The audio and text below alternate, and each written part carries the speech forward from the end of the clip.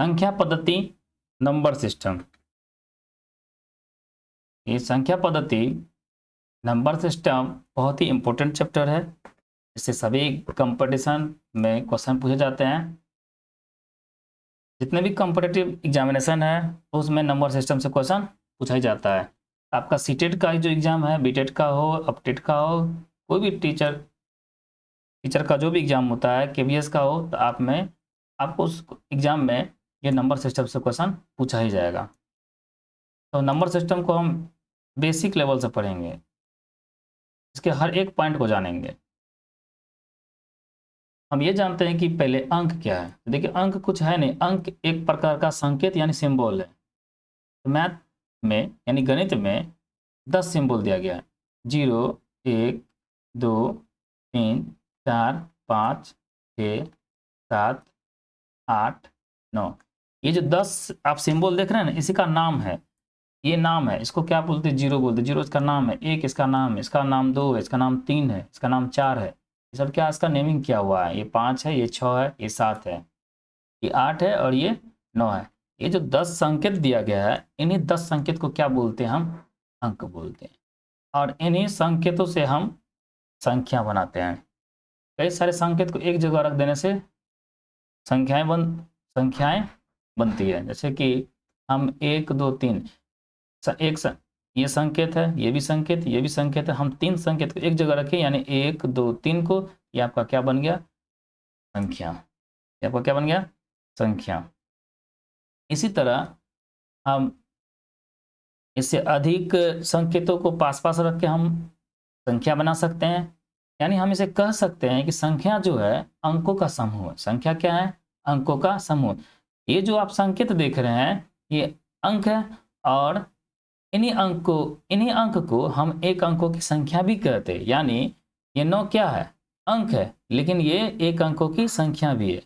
अगर हम 2 अंक को पास रखते हैं तो हम बोलते हैं ये 2 अंकों की संख्या, ये 2 अंकों की संख्या। अगर हम 3 अंक को पास रखते हैं तो हम बोलते हैं कि 3 अंकों की संख्या है। तो एक अंकों की संख्या क्या होगा? खुद वो संकेत। 2 अंकों की संख्या क्या होगी? तो 2 संकेत। 3 अंकों की संख्या क्या होगी? तो 3 ठो संकेत को लाइए। यानी इस तरह से हम कई संख्या को बना सकते हैं। तो हम बोलते हैं कि संख्या क्या है? अंकों का समूह है। ठीक। देखिए, संख्या की परिभाषा भी दी गई है कि कितनी वस्तुएं हैं जिससे बोध या ज्ञात हो जाए, उसे संख्या कहते हैं। मान लीजिए कि कुछ लोगों का भीड़ है, तो दिमाग में आता है, मन में, कि आखिर इसमें कितने व्यक्ति हैं। तो यही कितने जानने की जो इच्छा दिमाग में उत्पन्न हुई ना, बस यही जो बोध करा दे वही क्या? आपकी संख्या। कितने का जवाब मिल जाए वही आपकी संख्या है। चाहे वो पशुओं का समूह हो, या व्यक्तियों का समूह हो, या वस्तुओं का हो, यानी कितने का जवाब मिल जाए तो आपको वही संख्या है।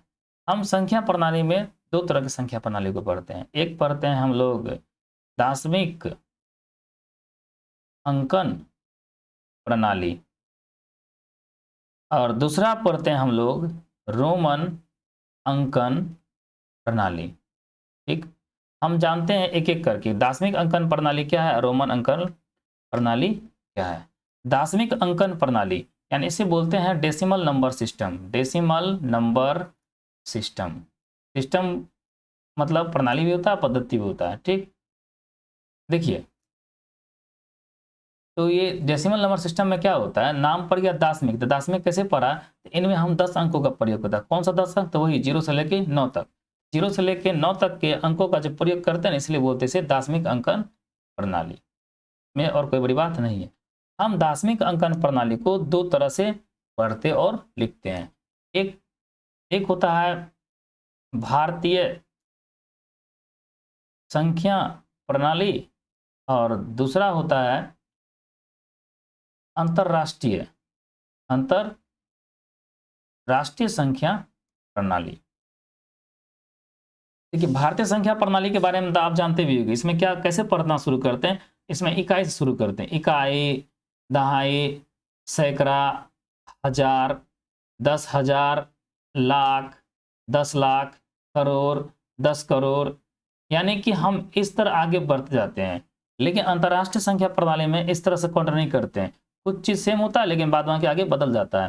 जैसे इकाई तो इसमें भी होता है, दहाई होता है, सैकड़ा होता है, हजार होता है, 10,000 होता है, यहाँ तक तो सेम है, भारतीय संख्या प्रणाली की तरह ही है। लेकिन यहाँ पे लाख 10 लाख जो होता है यहाँ नहीं होता है।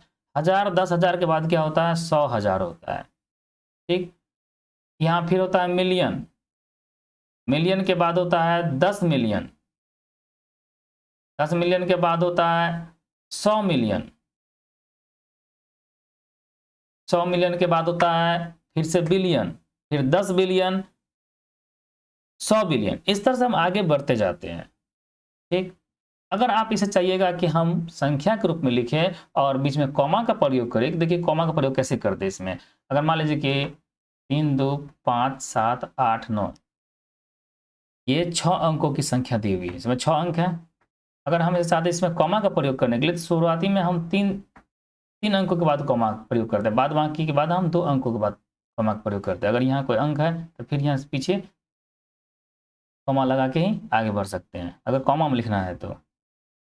कॉमा में लिखने से क्या होता है कि पढ़ने में ठीक रहता है। तो इकाई, दहाई, सैकड़ा, सैकड़ा बाद कॉमा किए, फिर 1000 10,000 ये एक साथ हो गया, फिर लाख 10 लाख का ग्रुप एक जैसा हो गया। यानी कॉमा डालने से क्या होता है, सबका ग्रुप अलग अलग कर देते हैं। लेकिन अंतर्राष्ट्रीय संख्या प्रणाली में क्या होता है, अगर आप इसे लिखिएगा, इसी को अंतर्राष्ट्रीय संख्या प्रणाली में लिखिए तो कैसे लिखिएगा, देखिए इकाई हो गया, दहाई हो गया, सैकड़ा हो गया, यहाँ कॉमा लगाइएगा, 1000 10,000 100,000 यहाँ कॉमा लगाइएगा।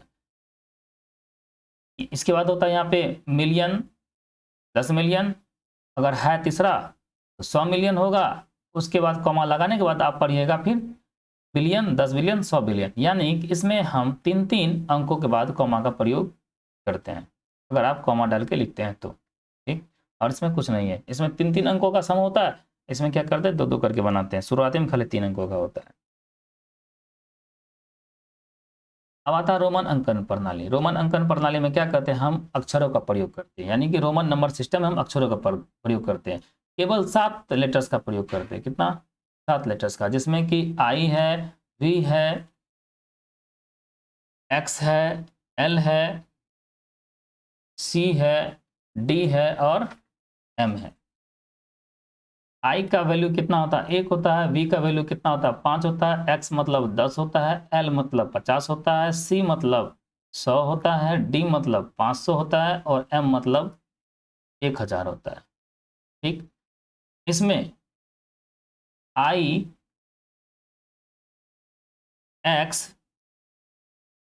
आई, एक्स और सी, एम, इधर बच जाता क्या, वी, एल, डी। देखिए इनमें से किसी भी अक्षर का प्रयोग, किसी भी अक्षर का प्रयोग 3 बार से अधिक नहीं होता है। लेकिन इसमें से सबका हम प्रयोग 3 बार नहीं करते हैं, सिर्फ आई, एक्स, सी, एम ये 3 बार मैक्सिमम हो सकता है। लेकिन वी, एल, डी जो है ये कभी भी इसकी पुनरावृत्ति नहीं होती, केवल ये एक बार आता है, एक बार ही आता है, इसकी पुनरावृत्ति नहीं होती, ये रिपीट इसे हम नहीं करते हैं। ठीक, ये जान गए। इसके बाद इसमें जानते हैं कि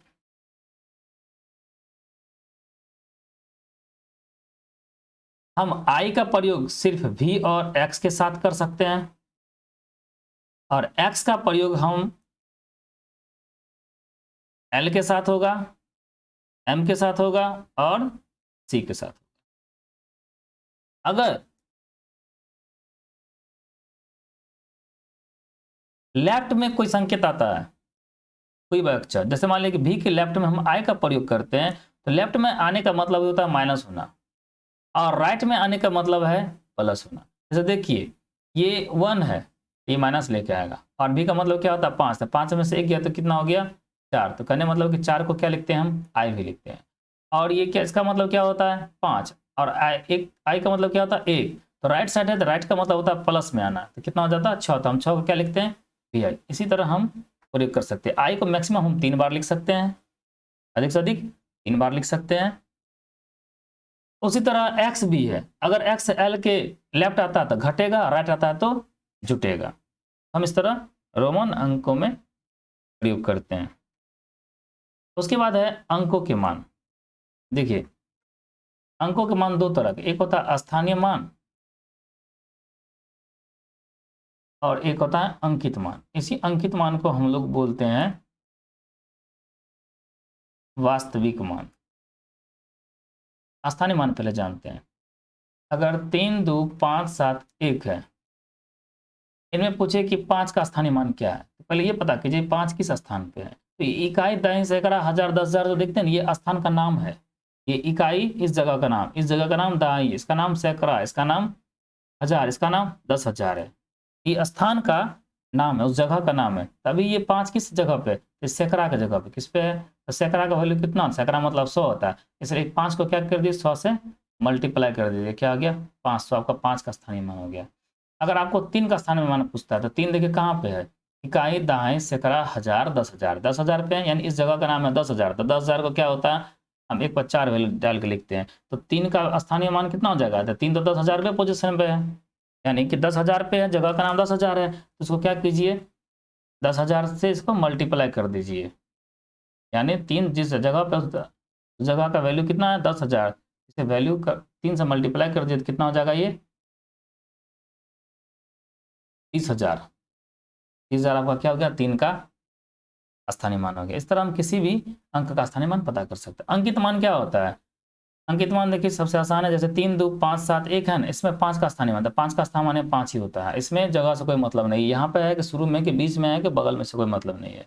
अगर 3 का पूछता स्थानीय मान, 3 का स्थानीय मान 3 ही होगा, 1 का स्थानीय मान क्या पूछेगा 1 ही होगा, जो पूछेगा वही होगा, और इसमें कुछ भी नहीं है। तो आज के लिए इतना ही, और हम इसी तरह नेक्स्ट टॉपिक को नेक्स्ट वीडियो में देखेंगे। हम तरह तरह का एक एक छोटी छोटी चीज़ों को हम लाएंगे, एग्जाम्पल भी देंगे। अभी हम इस टॉपिक्स को बता रहे हैं, बाद में हम ये क्वेश्चन भी लाएंगे बहुत सारे, जो हम आसान से आसान तरीका से आपको सॉल्व करने का भी बताएंगे। बिल्कुल बेसिक लेवल, जो मैथ नहीं भी जानते होंगे ना, वो भी आप देखकर सीख जाइएगा। आप मेरे चैनल को सब्सक्राइब कीजिएगा, लाइक कीजिएगा और शेयर कीजिएगा। Thank you.